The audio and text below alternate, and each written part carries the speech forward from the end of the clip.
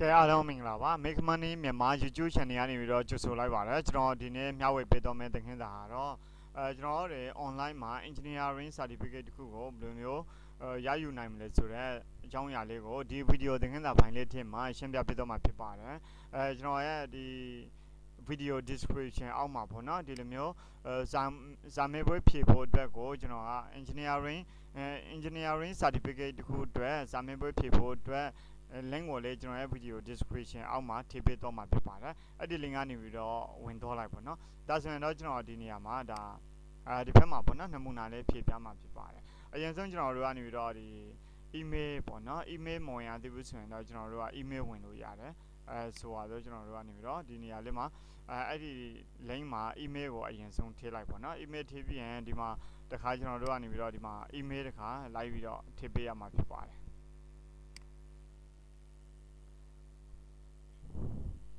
ကဲဒါဆိုရင်တော့အခု email ထည့်ပြီးတော့ပေါ့နော် email ထည့်ပြီးပြီဆိုရင်တော့ကျွန်တော်တို့ဒီဘက်မှာဆိုရင်ပေါ့နော်ဒါနာမည်ပေါ့နော်သူကသူ automatic သူကဒီဘက်မှာနာမည်ဝင်သွားရင်အဲ့မှာကျွန်တော်တို့ကနေပြီးတော့နာမည်ကိုကိုပြောင်းချင်တဲ့နာမည်ကိုပြောင်းလို့ရပါတယ်ဒါကကြတော့ full name ဖြစ်ရမှာပေါ့နော်ပြီးရင် institution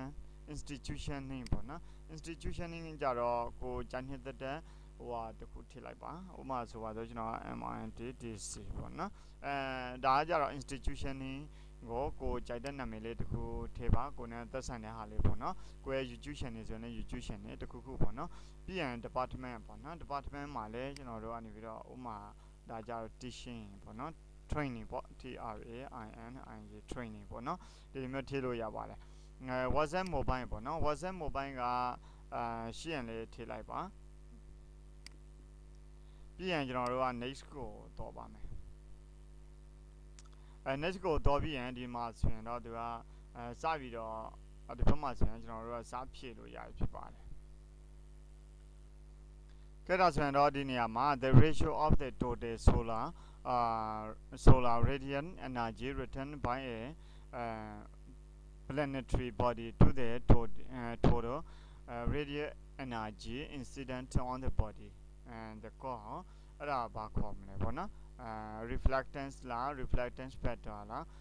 none of this လားသို့မဟုတ် albedo လားပေါ့နော်ဘာမှဆိုရင် reflectance ပေါ့နော် reflectance လို့ရွေးပေးလိုက်ပေါ့နော်ပြီးရင်ကျွန်တော်တို့ကနေပြီးတော့ apart from location ပေါ့နော် apart from location GPS data can also be used for ဒီနေရာမှာဆိုရင် apart from မှာဆိုရင်ကျွန်တော်တို့ကနေပြီးတော့ဒီboth A and B ပေါ့နော်ဒီနှစ်ခုလုံးဟာကျွန်တော်တို့ဒီဟာနဲ့သက်ဆိုင်အကျုံးဝင်တယ်ဆိုရင်တော့ကျွန်တော်တို့ကC and C ကိုရွေးမှာပေါ့နော် both A and B ပေါ့နော်ဒီနှစ်ခုလုံးကိုကျွန်တော်ဒီ C ကိုရွေးပေးလိုက်မယ်ပြီးရင်နောက်ထပ်တစ်ခုကကြတော့ which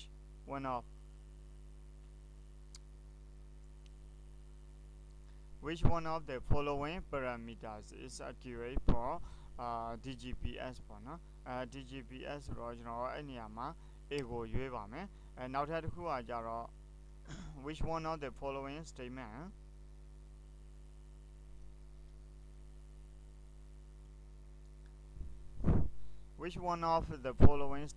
is correct which one of the statement is correct ဆိုတော့ကျွန်တော်ဒီမှာဆိုရင်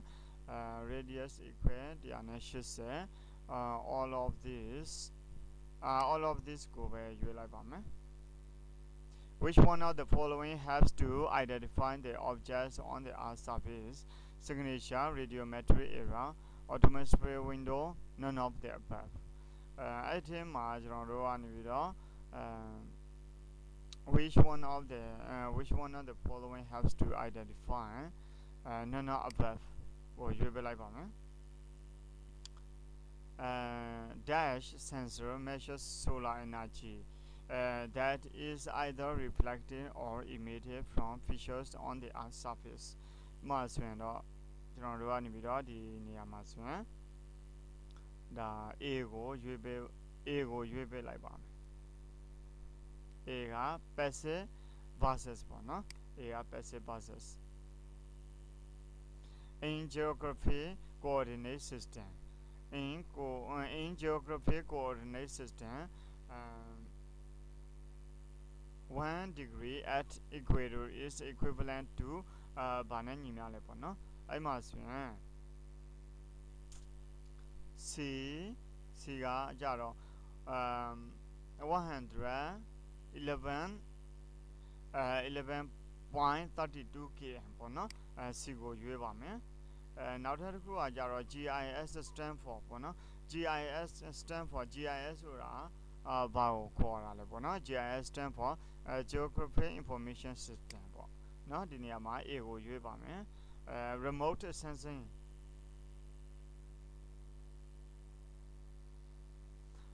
sensing technique make use of the properties of remote for no remote emitted reflected or diffracted by the sense object မှာဆိုရင်ကျွန်တော်တို့ကဒီနေရာမှာဆိုရင် electromagnetic waves ကိုရွေးပါမယ်နောက်တစ်ခုကကြတော့ GIS ဒီနေရာမှာဆိုရင် GIS GIS ကောမှာ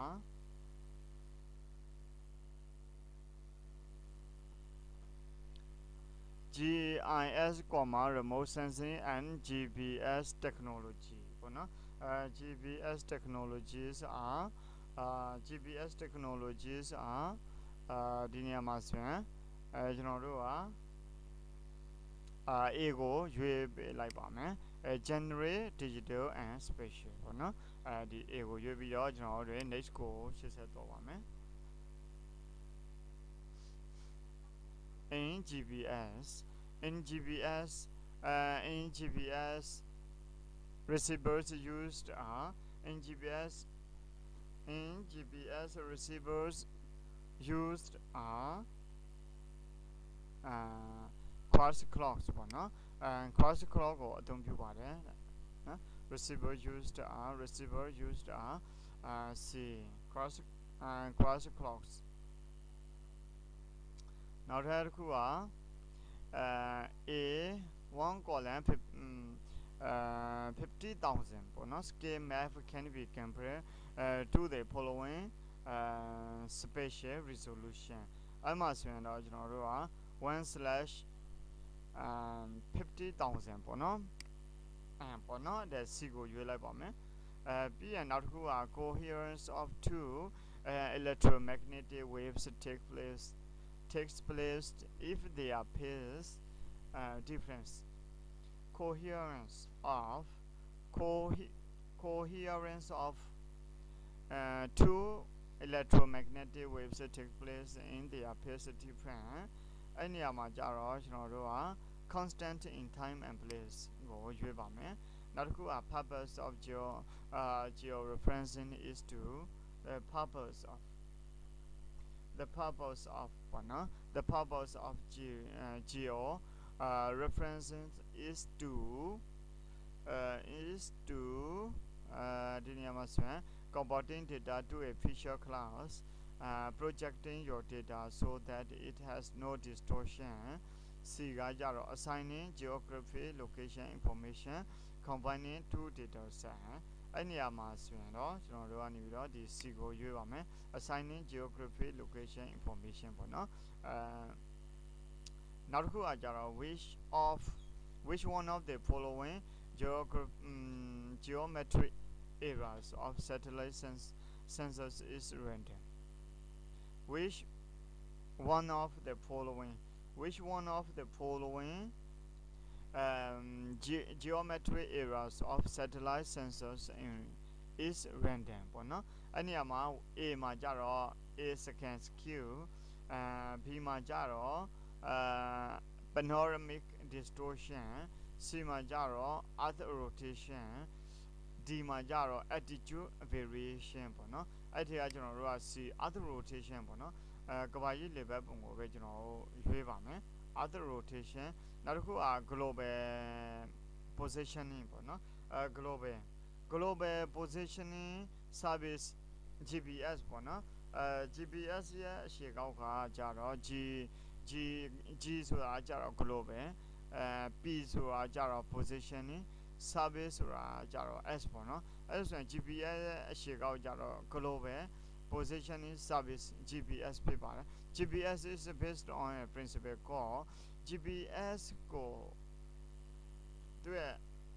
principle ပေါ့နော် on a principle called GPS is based on a principle called အဲ့ဒါကဘာလဲ global positioning GPS ကကြတော့ transliteration လား transmission လား obliteration လား globalization လားပေါ့နော်အဲ့ဒီမှာဆိုရင်ကျွန်တော်တို့က B ကိုရွေးပါမယ်transliteration ပေါ့နော် B ကိုရွေးလိုက်ပါမယ်နောက်တစ်ခုက which is used to perform GIS operation which is used to perform GIS operation GIS operation အတွက်လှုပ်ဆောင်ဖို့အတွက်အသုံးပြုတာဘာကိုအသုံးပြုတာလဲသူက A ကကြတော့ software B က hardware ပေါ့နော်GIS operation အတွက်အလုပ်လုပ်ဖို့ဆိုရင်တော့အသုံးပြုမှာ software ကိုပဲအသုံးပြုရမှာဖြစ်ပါတယ်အဲဒါကြောင့်မလို့ A ကိုရွေးပါဒါဆိုရင်တော့ နောက်တစ်ခုတော့ပါမယ် which one of the following errors is produced by platform characteristics of the sensor ပေါ့နော် which one of the following error is produced by platform characteristics of the sensor A က attitude variation B ကကြတော့ altitude C ကကြတော့ orbit drift ပေါ့နော်ဒီကကြတော့ all of these အဲ့လိုဆိုရင်ဒါတွေအကုန်လုံးကသူနဲ့သက်ဆိုင်တယ်ဆိုတော့ကျွန်တော်တို့ကwhich one of the following errors is produced to by platform characteristics of the sensor အဲ့လိုဆို all of these ဒီကိုပဲရွေးပေးလိုက်ပါမယ်နောက်ထပ်တစ်ခုကကြတော့ there are two suburbs of India there are two suburbs of India one column ပေါ့နော် 50,000 toposes with 15 angular coverage one from Jammu and another from Kerala which of the following statement is to ဘယ်ဟာမှန်လဲပေါ့နော်သူပြောတာအဲ့လိုဆိုရင်ဒီနေရာမှာဆိုရင်both the toposes will cover exactly the same size of area B မှာကြတော့ the toposes from Jammu will cover a larger area than that of the Kerala C toposes from Kerala will cover large area than of the Jammu D projection will affect the size of area cover အဲ့ဒီမှာကျွန်တော်တို့ကနေပြီးတော့ဒီ C ကိုရွေးပေးလိုက်ပါမယ်နောက်တစ်ခုကကြတော့ refractive index of ocean water increase with salinity ပေါ့နော်the refractive index of ocean water increase with salinity အဲ့ဒါမှန်လားမှားလားအဲ့ဒါဆိုရင်ကျွန်တော်တို့ကဒါကိုကျွန်တော်တို့ကနေပြီးတော့true လို့ဖြည့်လိုက်ပါမယ်เนาะtrue လို့ဖြည့်ပြီးတော့ကျွန်တော်တို့တစင်းပြန်ပြီးတော့ back မှာနေပြီးတော့ပြန်စစ်ကြည့်လို့ရပါတယ်ကျွန်တော်တို့မှန်ကန်မှုရှိသလားပေါ့နော်အဲ့လိုဆိုရင်ဒီဘက်မှာပြန်ပြီးတော့ဒီဒါတွေမှန်ပြီဆိုရင် next ကိုတော့ပါမယ် next ကိုတော့ပြီးတော့ဒါတွေကဥပမာမှန်တယ်ဆိုရင်ကျွန်တော်တို့ကနေပြီးတော့သူ့ကိုဒီတိုင်းထားပြီးတော့ apart from location ပေါ့နော်apart from location မှာကြတော့ C လို့ကျွန်တော်ရွေးထားပေးတယ်which one of the following parameterမှာကျွန်တော် is accurate for DGPS A ပေါ့နော်အဲ့လိုမျိုးဒါကကြတော့ပြန်စစ်ဖို့အတွက်ရနောက်ပြီးတော့ပြန်ဖက်ဖို့ပေါ့နော်ကိုယ့်ကိုအဆင်ပြေသလိုမျိုးကိုကဒါမှန်ကန်မှုရှိလားမှန်ကန်မှားလားပေါ့နော်မှန်ကန်မှုရှိတယ်ဆိုရင် next 80တော့ပေါ့နော်ပြီးရင်ကျွန်တော်တို့ကဒါတွေအကုန်လုံးမှန်ပြီလားဆိုတော့ send me a copy of my response ပေါ့နော်ကျွန်တော် copy တစ်စောင်ပို့ပေးပါလို့ကျွန်တော်ကဒါကိုဖွင့်ပေးလိုက်မယ်ပြီးရင်တော့ကျွန်တော်ဒီနေရာမှာပေါ့နော်ဒီ form ကိုကျွန်တော်တင်ပေးလိုက်မှာဖြစ်ပါတယ် If you pass, you will receive a printable certificate shortly ပေါ့နော်သူက thank you for your submission လို့သူကပြောထားတာပေါ့နော်if you pass you will receive printable certificate shortly သူကတကယ်လို့မှန်တယ်ဆိုရင်မင်းကprint ထုတ်လို့ရတဲ့ certificate တခုကိုသူကရှာပေးမှာဖြစ်ပါတယ် view accuracy ပေါ့နော် view accuracy မှာလည်းကျွန်တော်ကြည့်ပေးလို့ရပါတယ်ဒီနေရာမှာနော်ဒါလေးတွေကိုလည်းကျွန်တော်ပြန်ပြီးတော့ပြန်စစ်စစ်လို့ရတယ်ပါညာပေါ့နော်ဒါမျိုးလေးတွေလည်းရှိတယ်အဲ့လိုဆိုရင်ကျွန်တော်တို့ကနေပြီးတော့ဒီ email ထဲကိုတစ်ချက်လောက်ဝင်ကြည့်ပါမယ်email ထဲကိုဝင်ကြည့်တဲ့အခါမှာကျွန်တော်ဒီ email ထဲကိုသွားလိုက်မယ်ပေါ့နော် Gmail ထဲကိုဝင်မယ်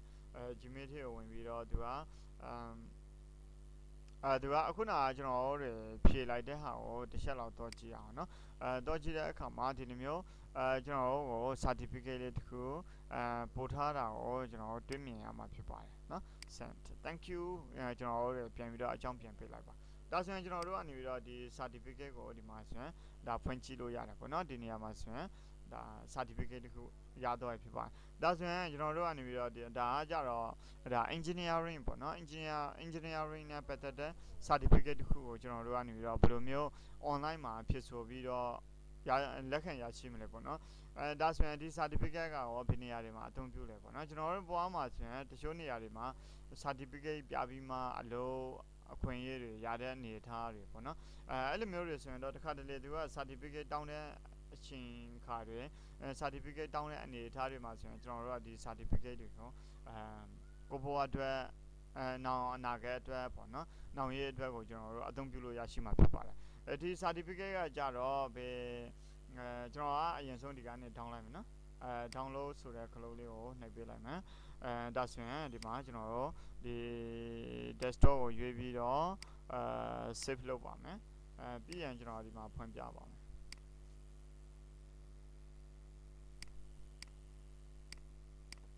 သူကကြတော့ဒီ PDF file နဲ့နေပြီးတော့သူပို့ပေးတာပေါ့နော် PDF file ဆိုတော့ကျွန်တော်တို့ကနေပြီးတော့တခြားလူတွေကို email ကနေပြီးတော့ပို့မယ်ဆိုရင်လည်းဒီ PDF file နဲ့အဆင်ပြေပါတယ်เนาะဒါဆိုရင်ဒါအိန္ဒိယနိုင်ငံကပေါ့နော်အိန္ဒိယရှန်နိုင်ကောလိပ်လို့ရှန်နိုင်ပြည်နယ်ပေါ့နော်ရှန်နိုင်မြို့ကနေပြီးတော့သူက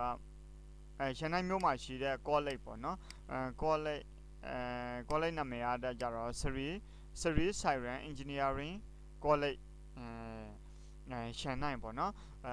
ရှန်နိုင်ကနေပြီးတော့ဒါ၄ကြိမ်မြောက်ကျင်းပတဲ့ဟိုဟာပေါ့နော်ကျင်းပတဲ့ဒါ engineering certificate ပေးပွဲမှာကျွန်တော်တို့ကနေပြီးတော့ဒါ online ကနေပြီးတော့ဖြည့်ဆိုပြီးတော့ကိုရဲ့ email ထဲကိုသူတို့ကနေပြီးတော့ပို့ပေးတဲ့လက်ခံရရှိတဲ့ certificate တခုဖြစ်ပါတယ်ဒီလိုမျိုး certificate တွေကိုလည်းကျွန်တော်တို့ကနေပြီးတော့ဒါကိုလိုတဲ့နေရာမှာအသုံးချလို့ရပါတယ်အဲ့လိုဆိုရင်ဒီ certificate ဖြည့်ဖို့အတွက် link ကိုလည်းကျွန်တော်ရဲ့ video description အောက်မှာကျွန်တော်ထည့်ပေးထားမှာဖြစ်ပါတယ်ကဲဒါဆိုရင်ဒီကျွန်တော်တို့ရဲ့ YouTube channel ကို subscribe မလုပ်ရသေးဘူးဆိုရင် subscribe လေးလုပ်ထားပေးခဲ့ဖို့တောင်းဆိုပါတယ်ဒီသင်ခန်းစာကိုဒီမှာပဲရန်နာလိုက်ပါမယ်အားလုံးပဲကျေးဇူးတင်ပါတယ်နောက်ထပ် video သင်ခန်းစာဖိုင်မှာပြန်လည်ဆုံတွေ့ရပါမယ်ခင်ဗျာ